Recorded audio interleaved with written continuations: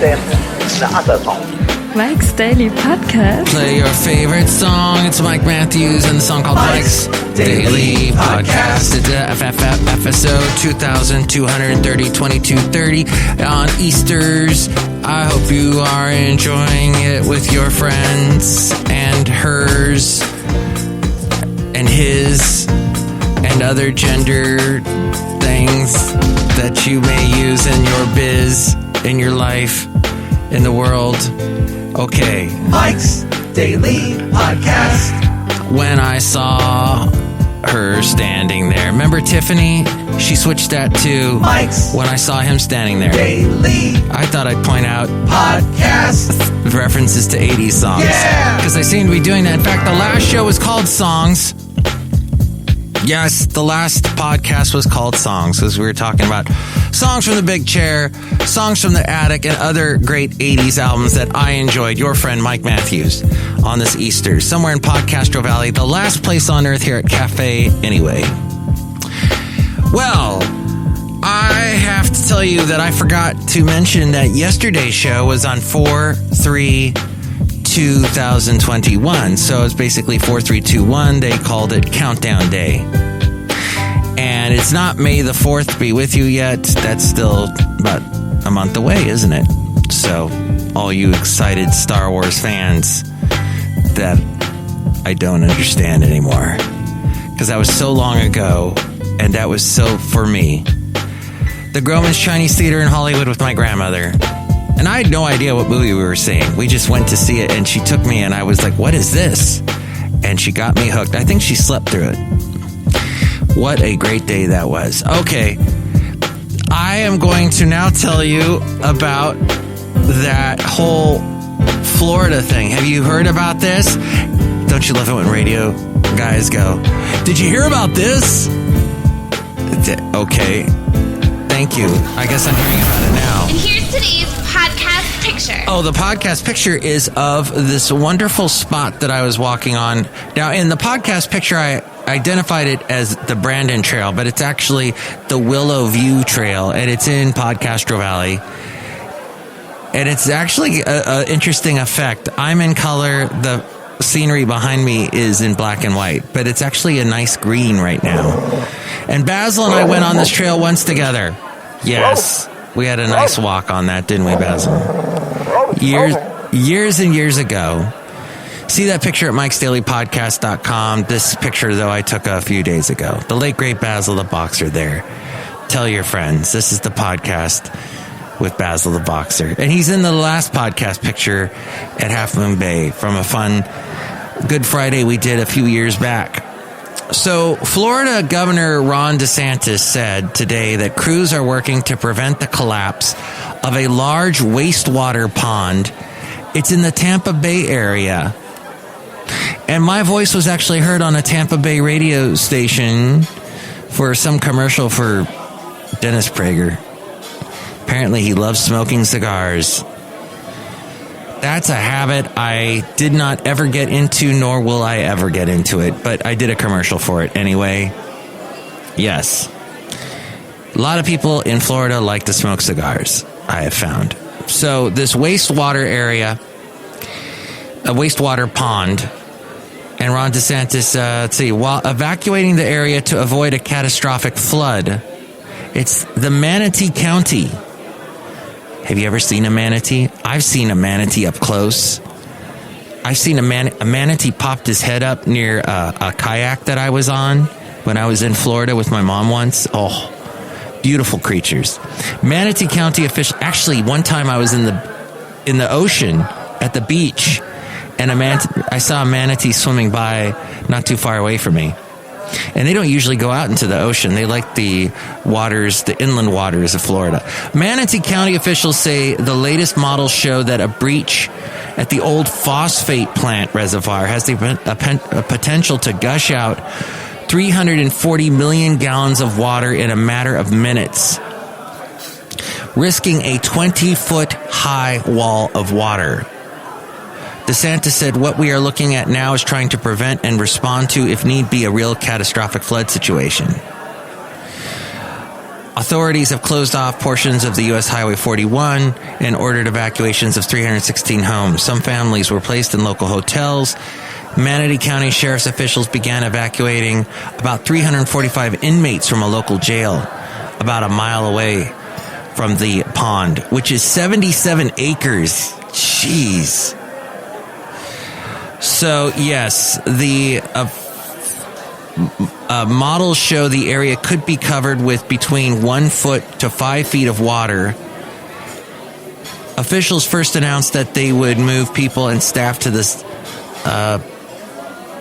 let's see. Oh, they're talking about this Manatee County Administrator.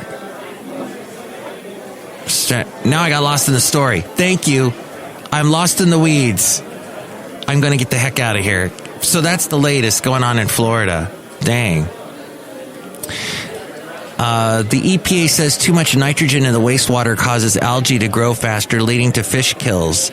Some algae blooms can also harm humans who come into contact with polluted waters or eat tainted fish. Environmental groups urged the federal government this weekend to step in to halt sending more wastewater to the existing so-called gypsum stacks and halting the creation of more phosphogypsum, which is left behind when phosphate rock is mined to produce fertilizer. We hope the contamination is not as bad as we fear, but we are preparing for significant damage to Tampa Bay and the communities that rely on this precious resource, says Justin Bloom, the founder of the Sarasota-based nonprofit organization Suncoast Waterkeeper. Interesting. Well, that is happening in Florida. And that was what I wanted to tell you today, because another guy who's in Florida, Donald Trump, has expanded his list of woke companies to boycott due to their opposition to Georgia's voting law. He has spoken out again about the companies that oppose Georgia's new voting law. He called for more boycotts, saying don't go back to their products until they relent. Barack Obama, meanwhile, commented he commended the MLB on its decision to move its All-Star game from Atlanta. And he said Donald Trump said never submit, never give up. He added that his political opponents, the radical left Democrats, had long used brand boycotts to send messages. Hey! Oh my gosh, we have a special guest joining us here at Cafe Anyway as we go outside a Cafe Anyway somewhere in Podcastro Valleyton. It's lovely lady friend. Hello, lovely lady friend. Hola. Hola, mi amor. Hola, mi amor. How do you say Happy Easter in Espanol? Oh my God, I'm completely blanking out on how to say Easter in Spanish. I think I can say it in Greek because... Pascua, no. Pascua? Oh, shoot. Oh, no, love. I haven't been practicing my Spanish very much lately. You haven't? Is that because you're hanging out with a gringo? Yes. Felices Pascuas? Pascuas? Pascua. I think, yeah, I that's what I remember. Ah. Pascua. It's Felices Pascuas. Feliz Pascua, I think. Ah, okay. It's not coming to me. But how's your Easter's going? It's great because I'm spending it with you. Oh, my love. What a treat. Yes, it's a treat. We ate eggs today. We didn't hide any eggs. No. Any Easter eggs. But I have one Easter decoration, and it's a purple plastic egg, and I have not put it out anywhere. Huh. So I feel like we need to bring it out. I know, we have just a few hours left of Easters. Yes. And perhaps maybe the listening person here is not even hearing this on Easters. Since this is a podcast and you listen to it whenever you feel like it. There is a Brazilian town home to a huge coronavirus vaccine experiment. Despite Brazil's stalling vaccine rollout, every adult in Sarana has had one dose in a study tracking the real-world impacts of jabs. In England, they say jabs, but it's actually... Like jabbing with the needle? Yeah. We call it shots. They call it jabs. Jabs. The aim is to track the real-world impact of jabs as scientists work to understand how effective COVID vaccines are at halting transmission. Lovely lady friend, Yes. you were showing me some interesting little animal videos. Yes. Describe to the audience the video you showed me Which one? with the I have a slight obsession. with the wombat, not to be confused with Tom Wopat, who was on Dukes of Hazzard with John Schneider. I'm old. Please do tell everyone about that video. Was it the wombat and the kangaroo, the joey? The Joey. It's a Joey because it's a young kangaroo. Yeah, they were both orphaned. They were found at different places and brought to this farm or some kind of rescue place, and the people put them in the pen, kind of not knowing what was going to happen.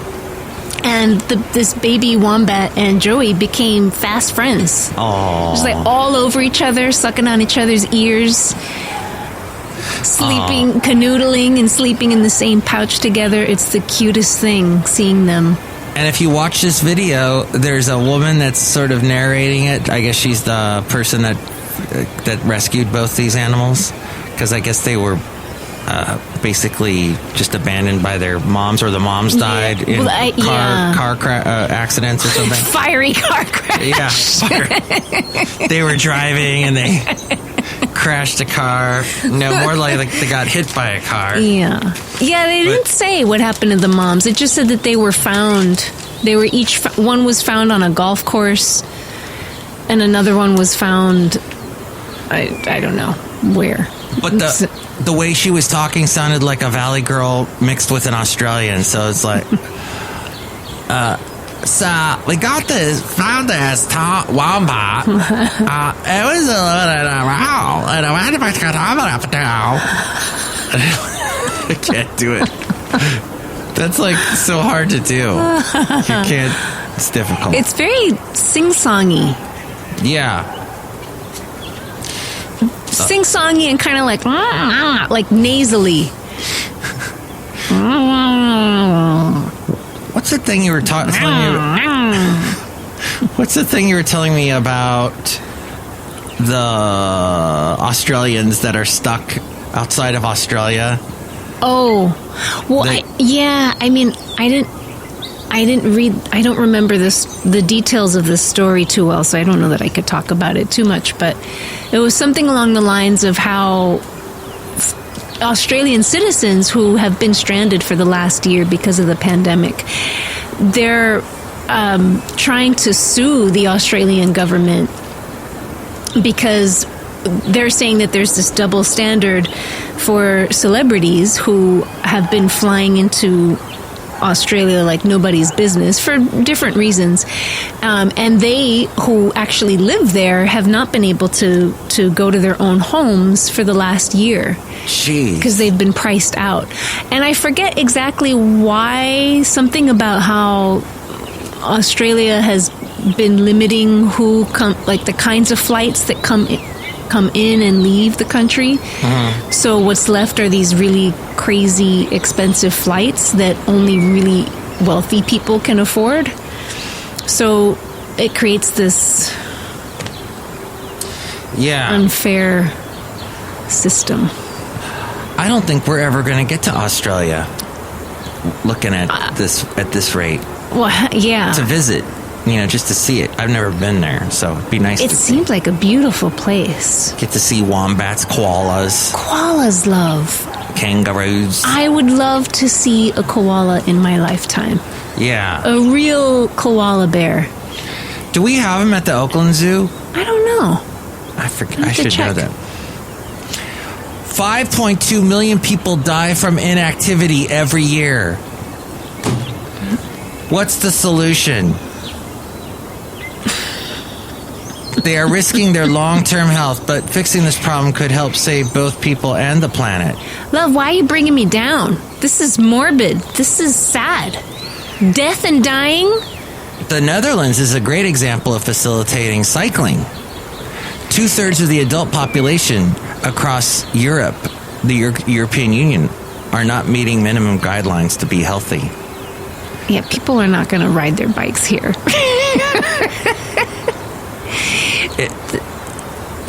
You know what they do, though, a lot in the Bay Area, more so than I noticed when I lived down in Southern California.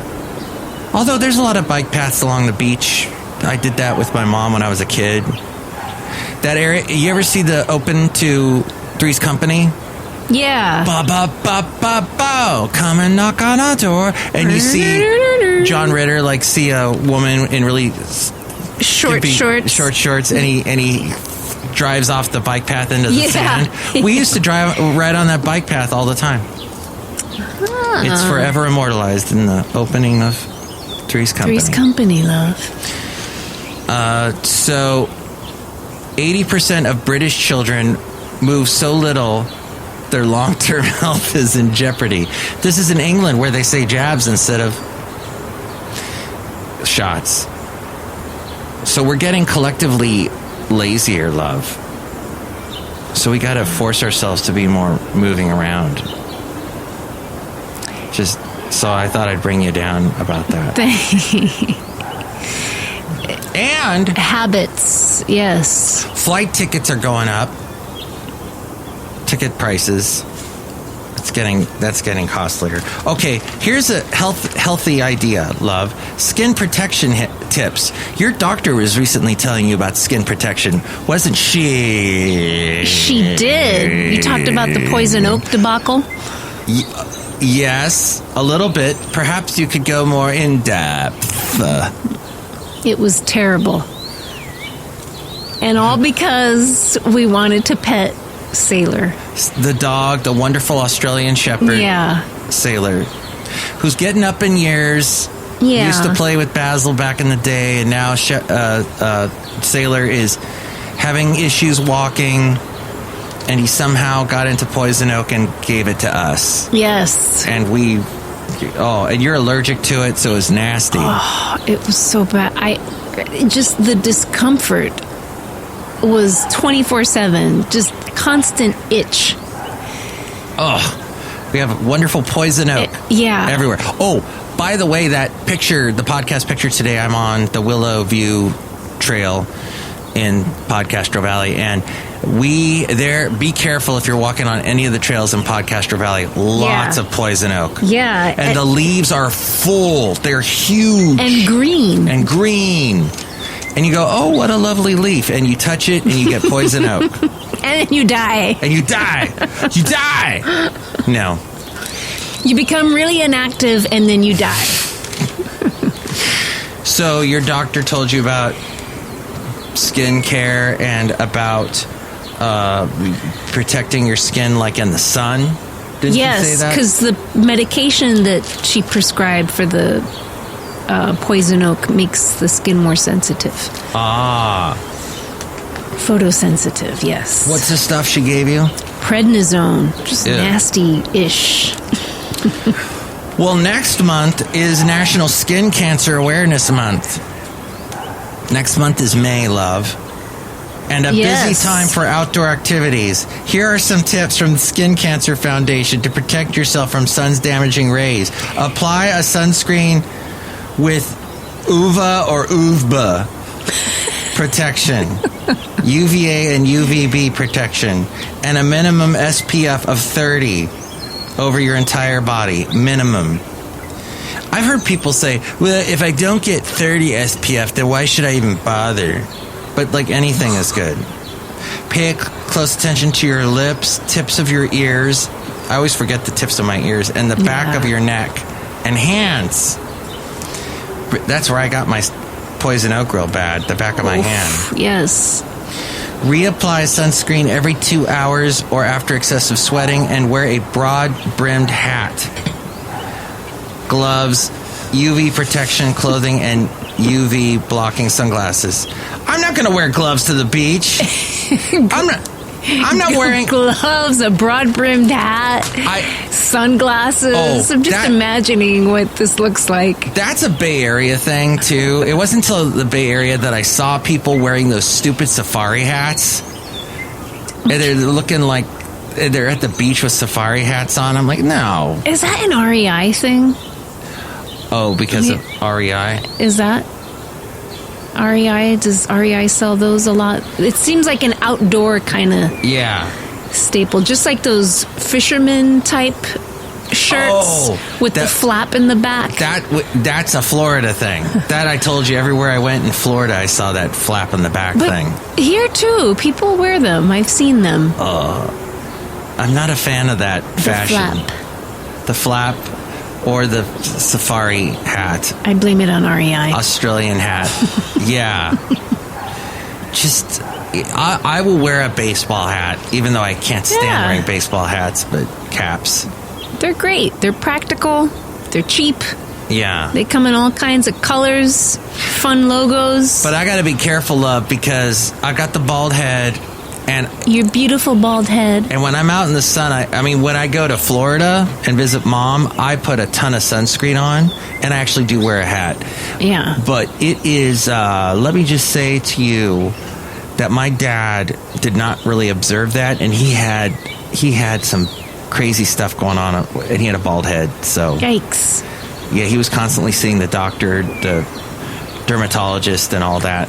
Yikes. He didn't have skin cancer, but like real mild forms of it, apparently. So I should be really careful. Yes. And so should the listener. That's why I read that really exciting story. So we talked a little bit about Florida today, a little bit about Easters. I think we can wrap it up. But first, we should say hi to some people outside of Cafe Anyway right now. Let's do that. Who's here? Hello, Mike Matthews. It's Chely Shoehart, good chef supervisor. Hello, lovely lady friend. How are you today? I'm good. Hey, Chely. Happy Easter. Jinx. I don't know what that means. You owe me a beer. Ew, you like beer? I do. I don't like beer. I like wine coolers and seltzers. You should try a beer. No. Okay. I gotta go back inside because there's lots of people in the gift shop trying to buy sunscreen. Okay. Bye. Bye. Goodbye. There she goes to sell sunscreen. What a busy bee. And eggs. Lots of eggs. Colored Peeps. Is it okay to say colored eggs? Good Lord. What? And here is the... She's laughing so hard she's hitting the mic stand. Eggs that have been dyed. Yes. How about that? Yes. Painted. My mom would get paint, and we would paint them with paintbrushes. Aw, that sounds like fun. Yeah, we'd be painting the eggs. Yeah, I'd get those little dye kits. That's neat. That was always fun to do. I kept an egg that I had painted for years. Gross. Yes. And it was just like powder inside. Oh, nasty. Yeah. That's what I found. That's my Easter's memory. That's great, love. Look who else is here. Hello, Mike. This is Floyd the Floorman. And this is John Deere, the engineer. Hello, lovely lady friend. Here's an Easter bonnet for you. Oh, thank you. This is beautiful. You know, we were just talking about hats to protect ourselves from the sun. That's right. I like wearing the safari hat. Mike is an idiot. He's going to get skin cancer like his dad. Can you get him a bonnet? Sure, Mike. Would you like a bonnet? Uh-huh. Sure. Love, we could wear matching bonnets. My bonnet's going to have a bee in it. Because apparently that's good to have a bee in your bonnet or something. We're going to have matching hats, and people will be jealous. Yes. As we walk around the Bay Area, annoying people with our flap shirts. That's right. Well, I guess that pretty much wraps it up. Last podcast, I talked about what a horrible, horrible fisherman I am, an angler. Did you ever fish? Never. I like to eat fish. Yes. Poor things. They Now- are tasty. Now we feel bad for fish Yeah. and for the little chickens that we steal their eggs. It's the cycle of life. Thank you, Elton John. Next show, it'll be the wonderful Benita, the Disgruntled Fiddle Player, and the Brewmaster. Thanks for being on the show. Oh, thanks for having me. You're welcome. And you can chime in, and I'm talking not to you, lovely lady friend, but to the person listening. You can chime in at 336MM Daily. That's 3 plus 3 equals 6. MM as in Mike, Matthews, Daily as in what this podcast is. And I recently changed the new voice greeting message. I heard it. So you need to listen to it. Not you, lovely lady friends, since you've heard it, but to the person listening. So 336MM Daily is the way to do that. And I think the numbers work out to... And it's at the MikesDailyPodcast.com if you forget. 336-663-2459. Always fun to get messages on there. Yes, we can't wait to hear from you. All right. Thank you. The show's done. Bye.